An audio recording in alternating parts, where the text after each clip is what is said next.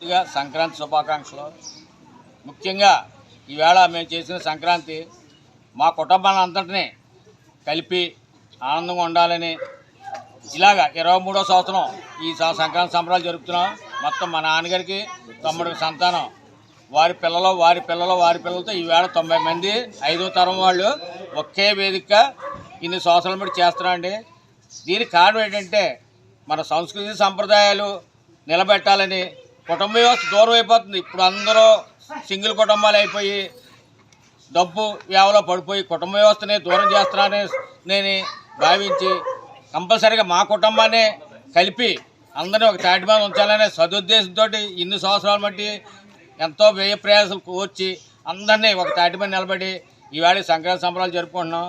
అలాగే దీన్ని స్ఫూర్తిగా తీసుకుని ప్రతి ఒక్కళ్ళు మీ అందరి కుటుంబాలతోటి, మీ సోదరులు, మీ బంధుమిత్రులతోటి ఇలాంటి సంప్రదాయం నిలబడితే మళ్ళీ మనం పాత తరానికి వెళ్తాం.